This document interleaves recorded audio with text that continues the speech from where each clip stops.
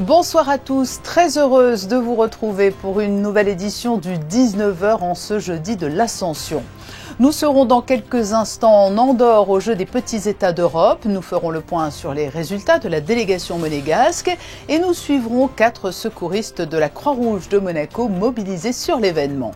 La Roca Team en bonne voie dans les quarts de finale du championnat de Betclic Elite. Les basketteurs monégasques ont réussi à contenir leurs redoutables adversaires du Mans dans le match 1 des playoffs en s'imposant à domicile 76-69.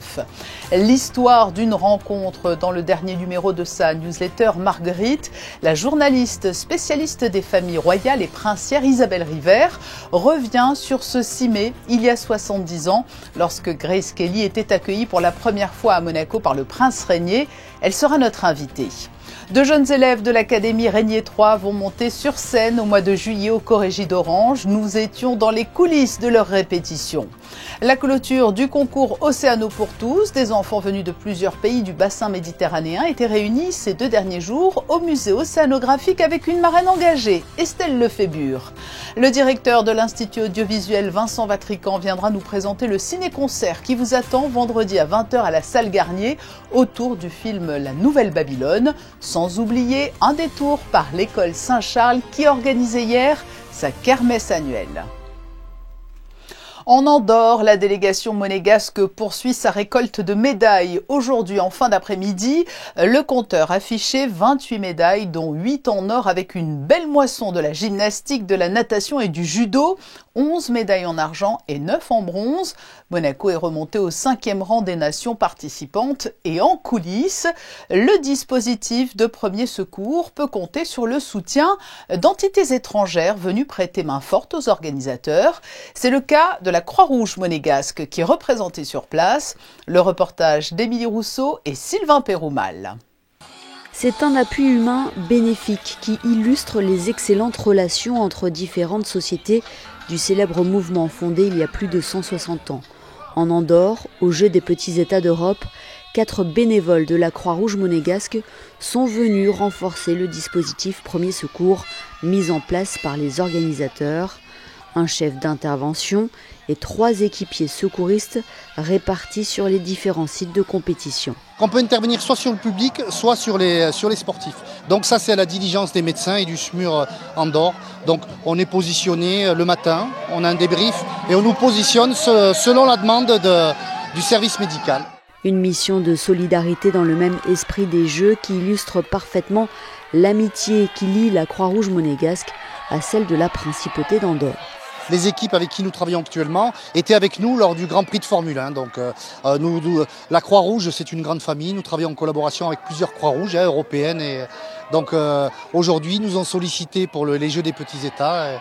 Et nous sommes fiers et honorés d'assister à ces Jeux. Car vous le savez, en 2027, ça sera à nous de mettre en place ces Jeux des petits États. Un soutien humain, une expérience collective que Karim, Sabrina, Fatia et Claire vivront jusqu'à la fin des Jeux. Et vous pourrez retrouver toute l'actualité des JPE dès demain matin à 10h30 avec l'émission Le Débrief présentée par Émilie Rousseau et Frédéric Elion. Du basket, et hier soir, la salle Gaston Médecin, la Roca Team recevait le Mans pour les quarts de finale allée des playoffs de Betclic Elite. Une rencontre au goût de revanche pour les hommes de Vassilis Panoulis après 3 défaites face au Mans cette saison et seulement 3 jours après leur finale d'Euroleague. Le résumé de la rencontre avec Gaëtan Lebrun et Alexa Vial. Privé de Mike James, laissé au repos après la finale d'Euroleague, la Roca Team a dû s'employer pour éviter un nouveau faux pas face à une équipe mancelle qui les avait déjà éliminés en finale de la Leaders Cup et en demi-finale de la Coupe de France. Malgré une rencontre extrêmement serrée dans les 3 premiers quarts-temps, les Monégasques ont su trouver les ressources dans les 10 dernières minutes pour creuser l'écart. Porté par leur défense et par un Mathieu Strazel impérial, auteur de 17 points hier, la Roca Team s'est assuré une victoire capitale dans cette série au meilleur des 3 matchs. Les 2 matchs qu'on a pris contre le Mans cette année, ils ont marqué 69 et 74 points. Donc, et les autres matchs, ils ont marqué presque 100 points. Donc, c'est clair que contre l'MSB, il faut qu'on joue intense en défense, on joue ensemble et il faut qu'on vraiment jouer au match comme c'est un match de Euroleague en termes d'intensité collective défensive. Une soirée marquée aussi par plusieurs récompenses pour les joueurs monégasques. Alpha Diallo s'est vu remettre le trophée de meilleur défenseur de la saison, aux côtés de Georgios Papagiannis, élu meilleur contreur, et Mike James, lui nommé dans le 5 majeur de la saison 2024-2025 de Betclic Elite. Prochain rendez-vous ce vendredi à Antares pour le match retour. Une victoire qualifierait Monaco pour les demi-finales. C'était il y a 70 ans, le 6 mai 1955. Le prince Rainier III recevait au palais la comédienne américaine Grace Kelly. Une rencontre qui sera suivie moins d'un an après par un mariage retransmis dans le monde entier. La journaliste Isabelle River, dans la newsletter qu'elle a créée, Marguerite, a décidé de revenir sur les rencontres de plusieurs couples royaux et princiers. Son récit débute par cette journée à Monaco et elle est avec nous ce soir. Bonsoir Isabelle River. Bonsoir Patricia. Un nouveau numéro de Marguerite, la newsletter que vous préparez est paru et il y est question de belles histoires de rencontres donc et celle de Grace Kelly et du prince Rainier y raconter. On peut parler un peu d'histoire de contes de fées même si c'était un rendez-vous qui n'était pas le fruit du hasard. Hein. Oui, alors l'année 2025 marque le 70e anniversaire de la rencontre entre Grace Kelly et le prince Rainier III de Monaco. Donc il nous a semblé que c'était le bon moment pour nous remettre dans les pas de cette jeune comédienne américaine qui, le 6 mai 1955, en début d'après-midi, arrive au palais pour un rendez-vous qui, sans qu'elle le sache bien sûr encore, va changer sa vie entière. Et nous nous sommes inspirés pour construire notre récit de deux choses. D'abord, de la très belle exposition qui avait été organisée en 2019 au palais par les archives du Palais Princier et par l'Institut audiovisuel de Monaco. Et nous avons aussi essayé de retrouver le récit qu'avaient eux-mêmes fait de leur première rencontre le prince Rainier et la princesse Grace. Alors il faut bien reconnaître qu'ils s'étaient montrés, ils se sont montrés l'un et l'autre plutôt discrets sur le sujet, mais nous avons retrouvé quand même l'entretien que le prince Rainier III avait accordé à un journaliste américain à la fin des années 60 et qui s'est révélé être une source documentaire formidable. Oui, parce que Grace Kelly est au Festival de Cannes, c'est un journaliste de Paris Match qui joue entre guillemets les entremetteurs, hein. Il ne sait pas encore ce qu'il adviendra de cette rencontre, mais il propose donc au prince de la rencontrer, et le jour J, tout ne se passe pas de manière romantique, hein, finalement. Le prince arrive en retard, Grace Kelly doit repartir vite à Cannes sans même prendre le temps d'un rafraîchissement. Alors, cette première rencontre est déjà extraordinaire parce que c'est la rencontre fondatrice de la légende moderne de la principauté.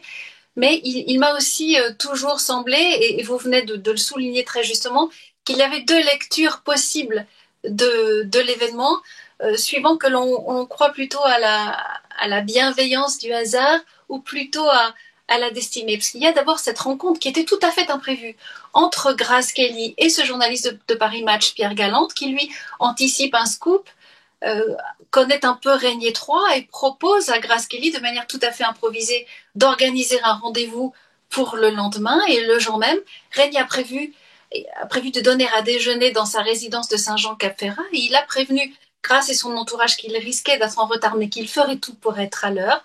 Il est en retard. On le voit sur les photos qui ont été prises ce jour-là. On sent bien la tension. Grace est nerveuse puisqu'elle sait qu'elle doit impérativement être de retour sur la croisette à 17h30. Son entourage d'ailleurs qui est présent à ses côtés ce jour-là parle même de faire demi-tour. On le voit, les circonstances n'étaient pas toutes réunies, loin de là, pour que cette rencontre se déroule. Et on sait ce qu'il est advenu ensuite. Alors je voulais revenir sur un élément. Il y a un élément qui deviendra emblématique dans la rencontre entre Grace Kelly et le prince Rainier. C'est la robe que portait la princesse Grace le jour de cette rencontre. Une robe que l'on a vue ensuite exposée, notamment au Grimaldi Forum et au cœur du numéro des Annales que vous avez juste derrière vous.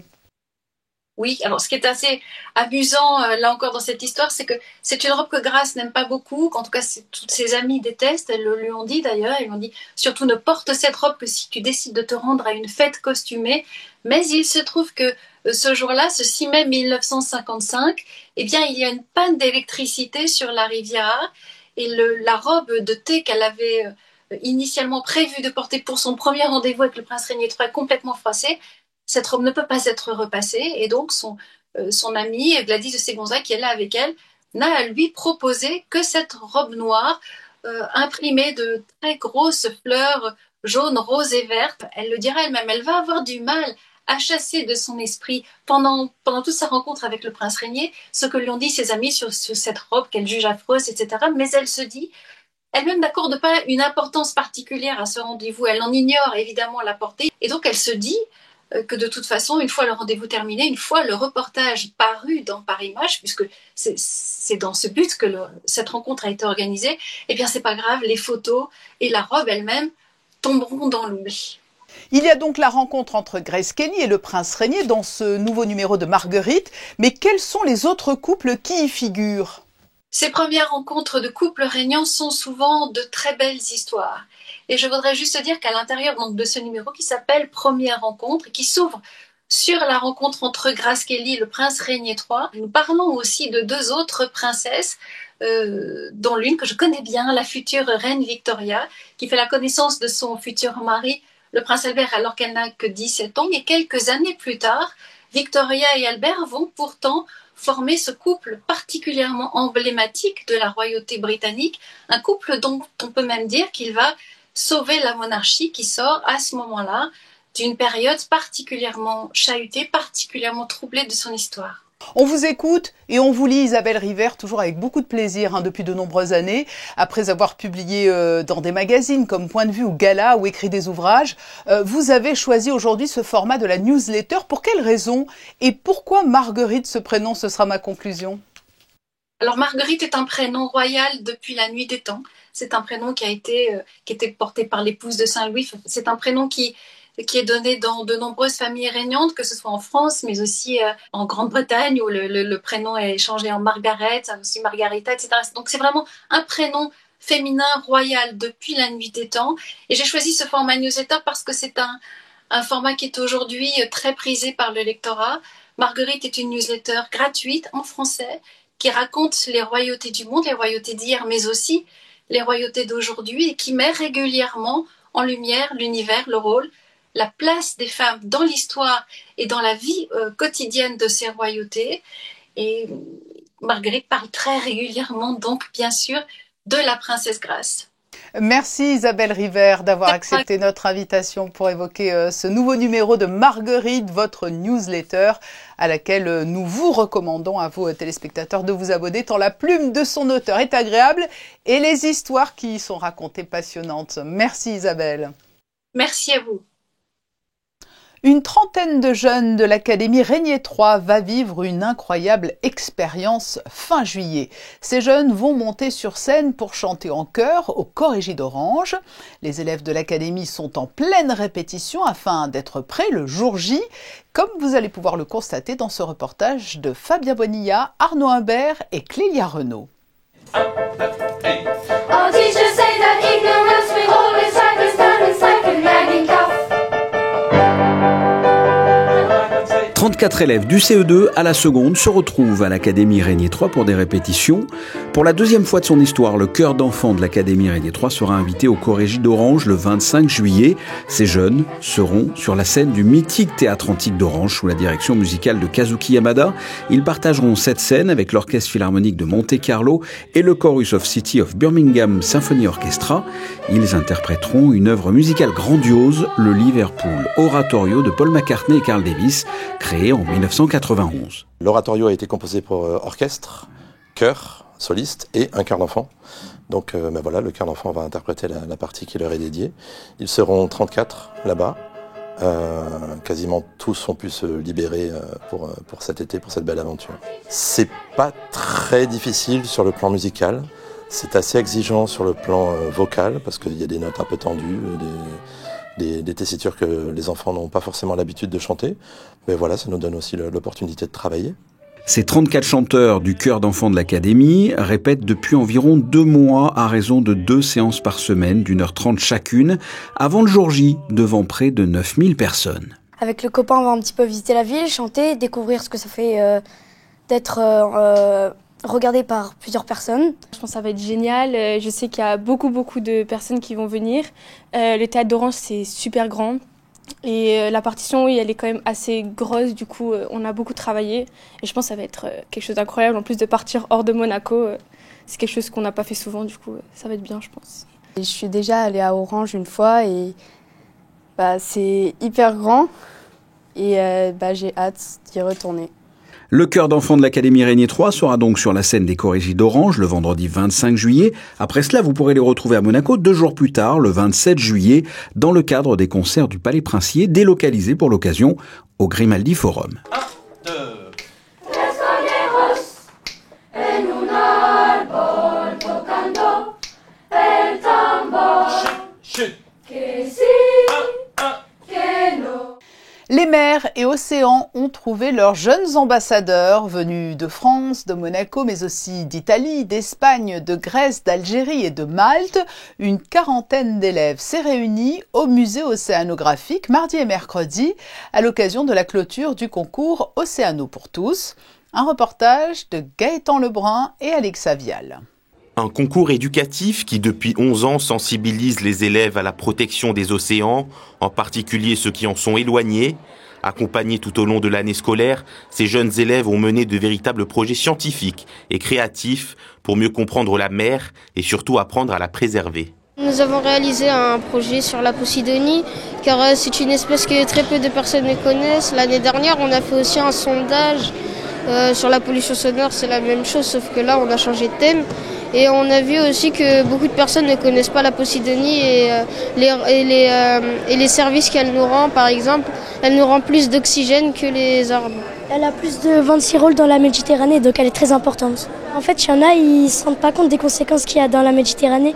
Par exemple, les déchets jetés par terre, il y a beaucoup de déchets dans la mer, donc du coup on a voulu faire ce projet-là. Le point d'orgue de la rencontre, la rédaction d'un manifeste pour la Méditerranée, un engagement commun en 6 langues différentes pour un avenir plus durable et qui témoigne de l'engagement des générations futures. Ça fait la 3e année consécutive que je suis marraine de Océano pour tous et sincèrement chaque année c'est extraordinaire. Je découvre des nouveaux projets, des élèves très engagés qui sont dans l'action, qui veulent vraiment agir. Et donc je trouve ça merveilleux, c'est très touchant. On voit leur travail qui est considérable.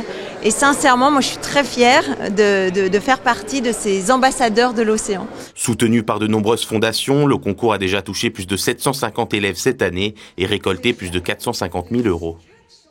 Stands colorés, jeux en bois, loteries et spectacles des enfants.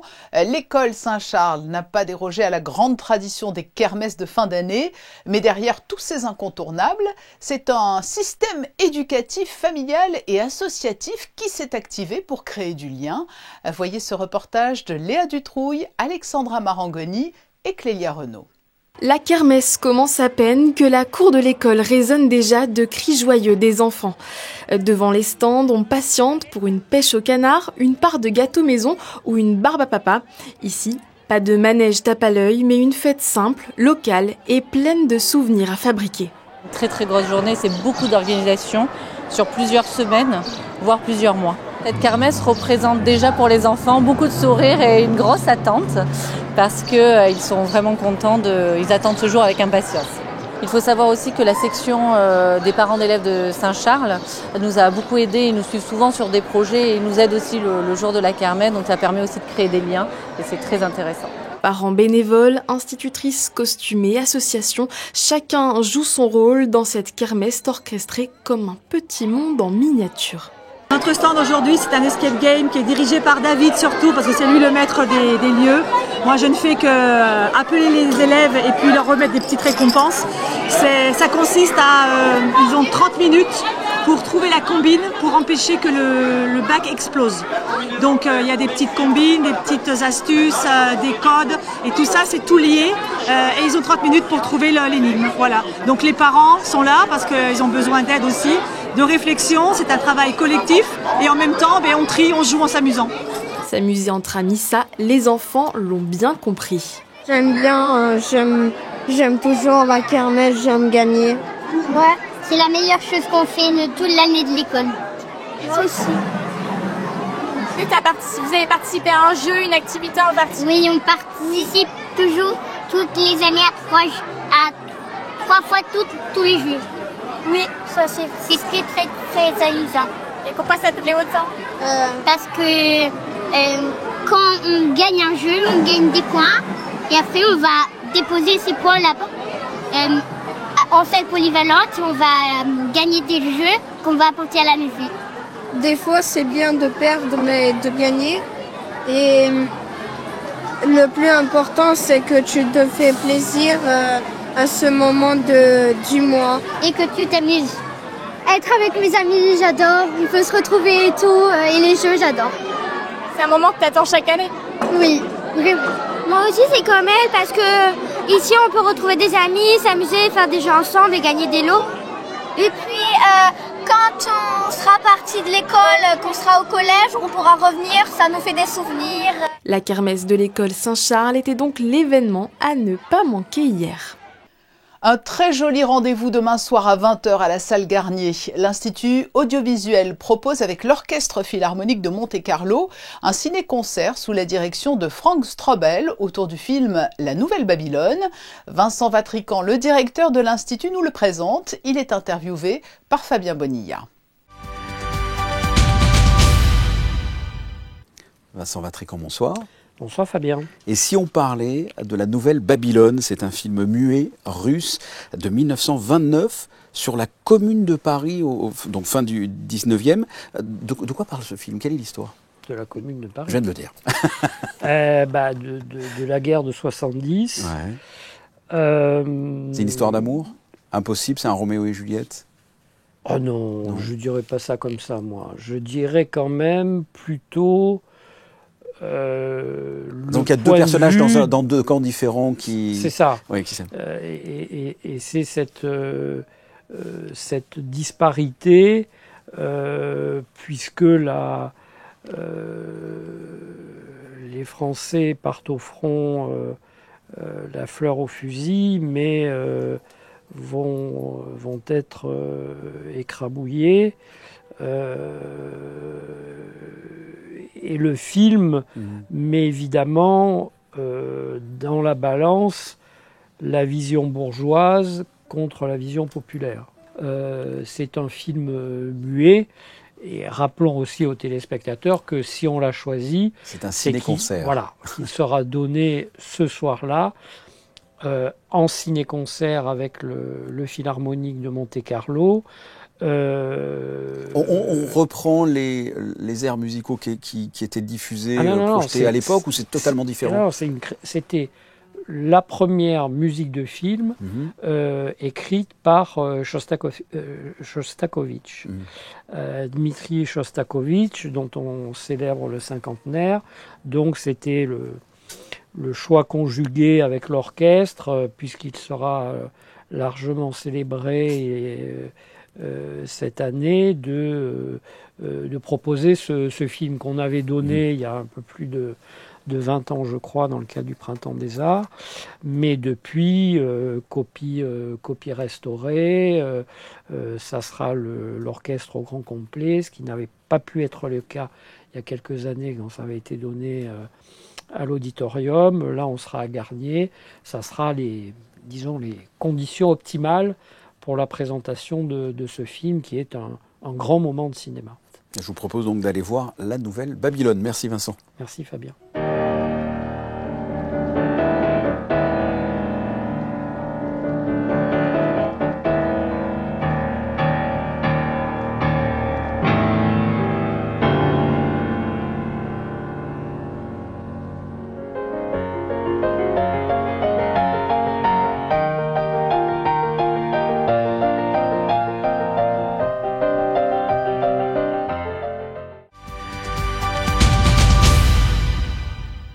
La Nouvelle Babylone, un ciné-concert vendredi à 20h, salle Garnier. On se quitte en photo avec la série de clichés de Stéphane Dana, des instantanés saisis lors des répétitions du chœur de l'Académie Régnier 3, qui se produira au mois de juillet au Corrégie d'Orange. Un petit clin d'œil également pour refermer ce journal à Esteban. Il est né mercredi 28 mai. Esteban est le petit frère d'Elena et le fils de notre amie et collaboratrice Marina Ventura. Nous leur souhaitons beaucoup de bonheur. Demain à 19h, vous retrouverez Sarah Inkari à suivre la météo et je vous souhaite quant à moi une très très belle soirée sur Monaco Info.